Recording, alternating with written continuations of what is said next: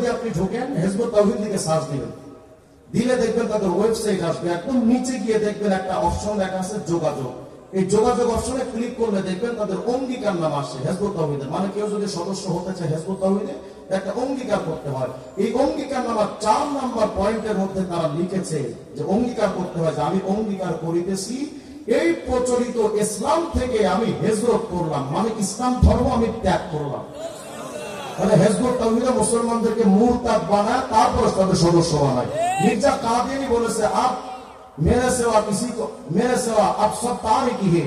মির্জা কাদিয়ানী বলেছিল যে এখন বর্তমানে আমি কাদিয়ানীকে ছাড়া আর কিচ্ছু মানা যাবে না। মির্জা কাদিয়ানী এমন দাবি করেছিল তাকে যদি কেউ না মানে সে কাফের, সে মুশরিক, সে হারামজাদা। বোঝা গেল সমস্ত বাতিল সম্প্রদায়ের মূল টার্গেট হলো শরীয়ত থেকে আলাদা করা। আর হুজুরের ওই বাণী লাউকানা মুসা হাইয়া মা ওয়াসিয়াহু ইল্লা ইত্তিবাহি, যদি এই জামানায় মুসা নবী জিন্দা থাকতেন তিনিও নবীকে মানতেন।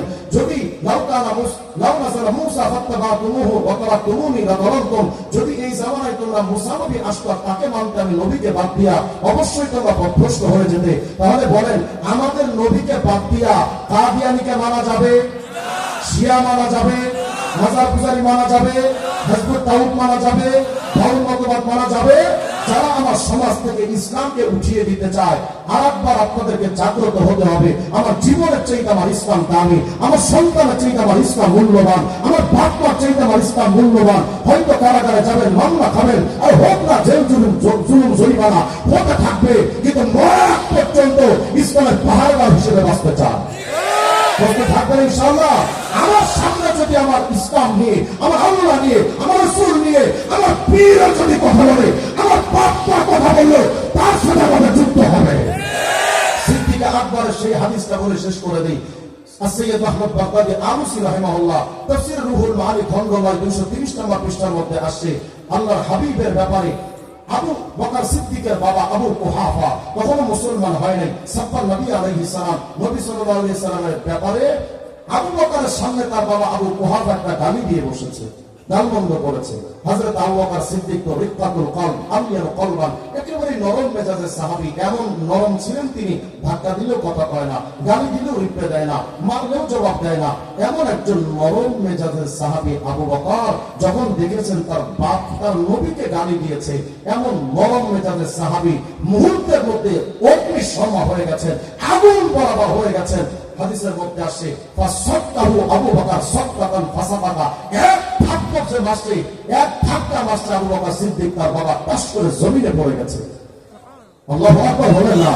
ফাকুতিরা যালিকা লিরাসূলিল্লাহ সাল্লাল্লাহু আলাইহি ওয়াসাল্লাম, নবীজির কাছে অভিযোগ দায়ের করা হলো নবী আবু বকর তার বাপকে মেরেছে। আবু বকর রাদিয়াল্লাহু আনহু নবীকে ডাকলেন, আফআলতা ইয়া আবু বকর, হে আবু বকর এই কাজটা তুমি করেছো?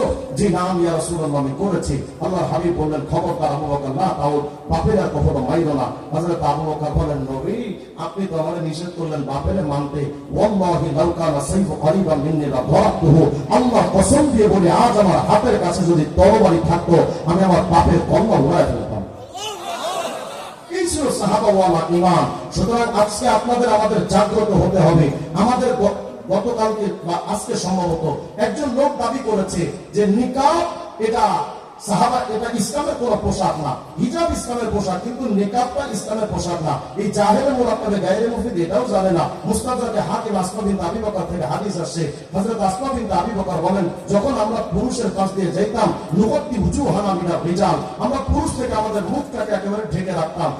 এ ব্যাপারে যদি আমি আয়াত আর হাদিস দিতে থাকি লম্বা টাইম দরকার, কত হাদিস আর আয়াত লাগবে তোদের, অথচ ডাইরেক্ট তারা অস্বীকার করে বলছে। এমনকি এটাও দাবি করে বসেছে যে এই নেকাব তথা মুখ ঢাকতো ইহুদিদের বেশ্যা নারীরা।